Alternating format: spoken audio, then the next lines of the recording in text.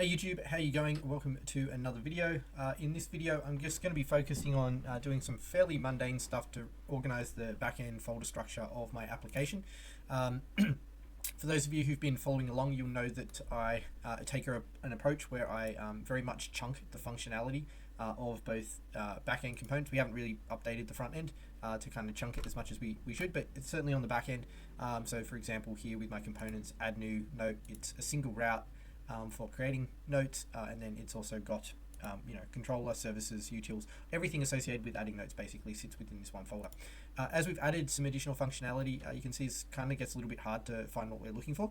And sorry, I was going to mention, if you haven't watched my previous videos, the reason why we do this is that it just makes it a lot easier for AI to understand exactly what it needs to be updating and when. So I'm just going to tidy this up by kind of having some subfolders for notes, sources, source types, folders, just to kind of make it a little bit easier to find. And along the way, what we might do is have a quick look at some of the files here. And for example, we don't have this validate request in our controller, that sits in our route, so there's no need for that import. So yeah, I'm just going to sit here and do some tidying up. As part of my kind of approach, what I'm doing is I'm documenting the entire journey of updating, creating this application. So I am filming everything as I go. Some videos are a little bit more interesting than others. This one's probably one of those that isn't necessarily the most interesting of videos, but perhaps along the way we'll talk a little bit and I'll share some insights. So one of the things that I have learned actually bringing up this test folder is that I feel like writing tests, I mean, it's a double-edged sword, right? It kind of does bog you down a little bit because you get fixated on having to fix all of these tests as opposed to writing new functionality. I haven't really figured out the best approach in terms of maintaining like a faster pace, which was the whole point of using AI, right? If you've watched all of my videos, you may have heard me talk a few times to say, I did learn to code, Node.js on the back end, React on the front end, and I spent quite some time doing that, but I never worked full-time as a developer, and it was never my intention actually to work full-time as a developer. The reason why I learned to code was predominantly so that I could build my own startup.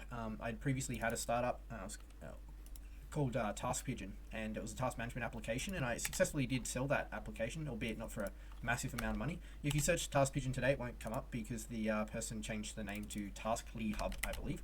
And then what they did after that was they actually ended up incorporating the software into a hospitality application, so it ended up being a task management app just for the hospitality industry, and I kind of lost track of exactly what they were doing with that because that was a number of years ago.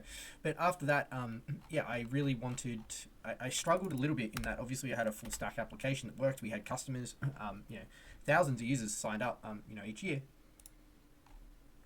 It was a freemium tool though, so obviously not all thousand stayed and hung around, but certainly from a marketing and sales perspective, I had the ability to do that, get people using it. And then what I really wanted to do was build another startup, but when I was building Task Pigeon, one of the challenges that I had was that I just wasn't really what's the right word, like I did a lot of research. I understood how applications worked. I mean, I had been writing a small amount of HTML and CSS for little snippets on WordPress and stuff, but certainly was not a full stack developer by any stretch of the imagination. And I just knew that there was times where we could have potentially moved a little bit quicker had I been able to code. So I spent a couple of years learning to code myself, and then after that I actually launched another startup, which was a company called Oakwire, which if you look back, there's to the videos in this YouTube channel, you'll see that there are quite a few videos, well there should still be quite a few videos talking about that. And with that, I did actually manage to write the entire, not again, because it was the first time I'd written the entire end-to-end application myself in terms of a project that was launched with the purpose of trying to make money. I had some other projects that I'd done, like for example, I made a cryptocurrency calculator that kind of went semi-viral within a particular cryptocurrency community, and I actually made, I don't know, it wasn't a lot, $1,000, $2,000 from ads on that, but again, that was more of a learning project. And yeah, so after that I decided to build this other full stack app. I built the V1 myself, and at the time I also had a developer, actually a guy based out of the UK, who'd not taken a similar path to me, but started learning probably around the same time I did, except he basically spent 6 months working 7 days a week, 12 hours a day, really dedicated himself to learning how to code because he wanted to become a full-time developer. As I said, that was never my intention. So, and also I've got family, kids, etc. Full-time job. So I was only ever working nights, weekends, that kind of thing. And with Acquire, what I did was once I raised some funding for that, I brought him into the business to really help accelerate the development and just help unstuck me, when I hit issues that I wasn't really too familiar with solving. So that was really good, and was certainly a sped up development in many instances. Unfortunately, we didn't really, I didn't really manage to get to scale Acquire. We really it was great. I don't want to go into too much detail on it, but it was a platform for pre-sales consultants or sales engineers, which is kind of my background. Well, not my current background. My background's predominantly in sales, but I have worked as a sales engineer to help the company out that I work for in my full-time role. And don't know, but it seems to be missing here. Might just leave that and come back to that if I need to. Should double check that at some point. Anyway, where was I going? So yeah, I made this application. We kind of struggled because although people appreciated the idea, I think there was just too much overhead to get people to use it. And then after that, I decided to take a break. I was kind of burnt out. I'd been running full steam for 18 months into that application, and when things don't work out, it's a little bit disappointing. Anyway, around that time, we also had kind of when I stopped, to be honest. Was the start of when AI started to kind of take off, and it wasn't too long until. Just make sure I take these out. It wasn't too long until AI reached a point where everyone was talking about how you could develop with it, and that was the intention with this project. Was okay. I'm not someone who's worked as a full stack developer. I'm certainly not someone who could, go out tomorrow and get a job as a an accomplished developer. I think I'd be able to get a job maybe with a little bit of fine tuning and refining of my skills. Refreshing maybe is a better word. A junior developer role, but again, that's not my intention.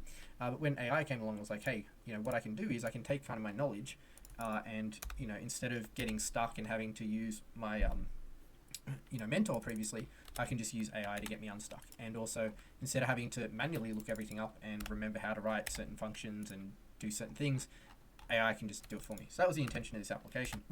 And the goal is to build a startup. And this app that I'm building at the moment, this knowledge management application, yes, it's important that I launch it and that it is an app, but it's not the kind of end goal, really. Basically, what it is me learning how to work with AI, and there's certainly a lot of things that I have learned along the way. And then based on that, what we'll do is I'll then build very shortly the main app or another app that I kind of really want to monetize and focus on. And I'll still keep developing this, but it's kind of a learning pattern. So I can't remember where I started with this conversation, but that's kind of just to give you the background here and kind of explain how I came to be using AI. I think it's exceptionally well suited for someone like myself. You hear a lot of people saying, hey, anyone can build software with AI today. To a degree that's true, right? Like if you're building some simple front end application, certainly I think that's the case. If you're building even something that has a back end and authentication, I think that's also true. If it's a fairly small number of relationships between different models or data types, if you're completely non-technical and you wanted to make a very simple task management app, I certainly think you could do that. User logs in, creates notes, views notes, deletes notes. Obviously where it gets a little bit more complex is, okay, if you've never written any code before, how do you think through things like, I want, to have a company or an account that is then made up of multiple users, and then when they create tasks, are those tasks viewed by everyone? Are they just viewed by the user?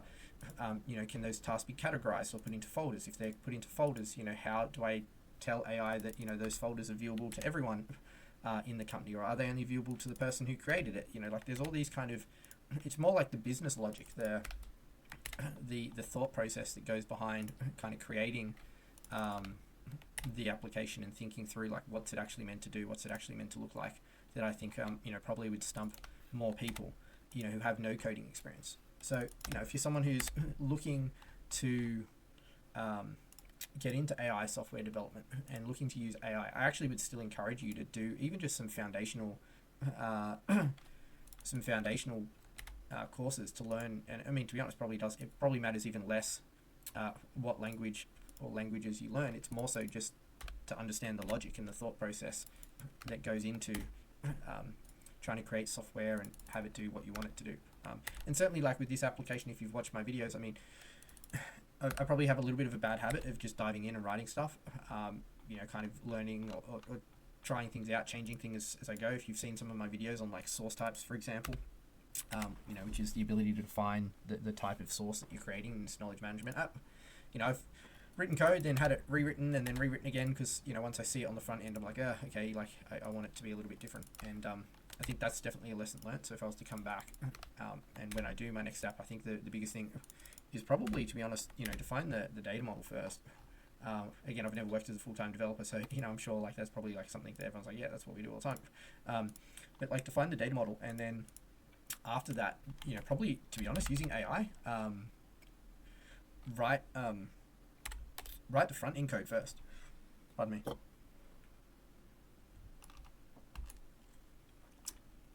You know, it's so quick and easy to write things with AI, you know, in terms of the front end.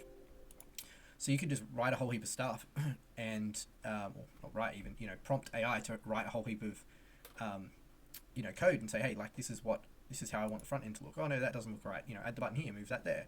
You know, hey, now I want a left-hand menu. Now I want this. Oh, I don't really like the left-hand menu. Now I want a, you know, top menu. You know, you can just quickly and easily change it and get it to look and feel how you want it to do.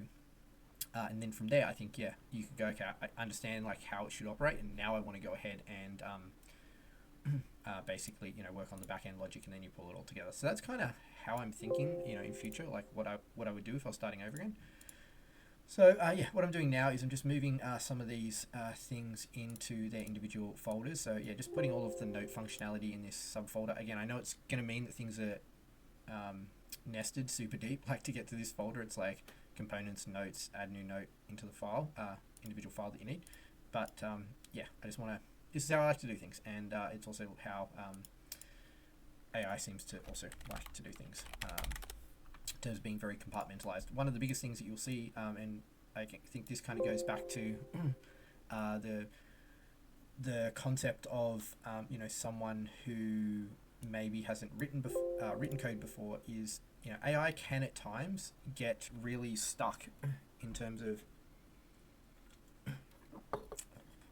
it doesn't really it's trying to solve a problem, and it keeps trying to solve it over and over again, and it's like, okay, this is like the 10th time, 15th time you've tried to solve it. Obviously you don't know what you're doing. And I think sometimes just having that knowledge of how to code, even if you don't know how to solve the problem yourself, because otherwise you wouldn't be asking AI to do it, you can kind of think outside the box a little bit and go, okay, why is it getting so hung up on this? Like, what's the big deal? Hey, maybe if I just rephrase my question, or maybe if I console log something, or maybe if I look at another application that I have and go, okay, or another part of the application, go, hey, it's similar to this. Like, why is this an issue, whereas it's not an issue here? So that's meant to be in here, source types. And something's not found, so I have to fix that up. Source types, yeah. Where are we? Source types, routes.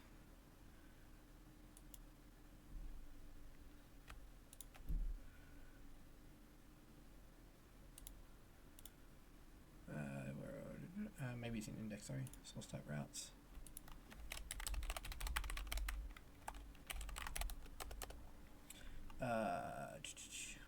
Cannot find.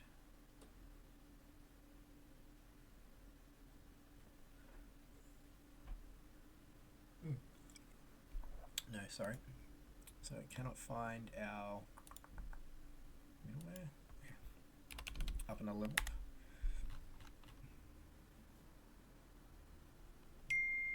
And then validate request.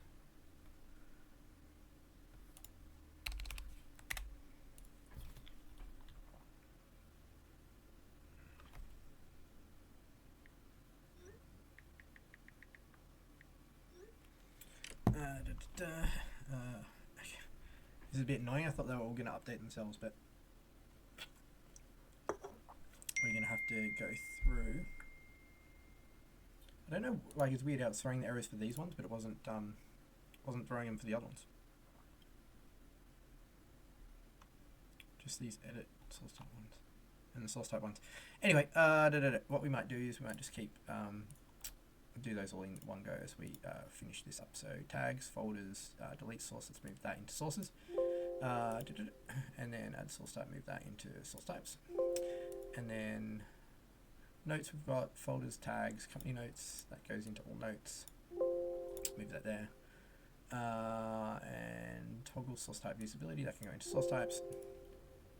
And then sources, register new user, that's kind of its only thing at the moment. So when we have more things around user, we might have like a user management type thing.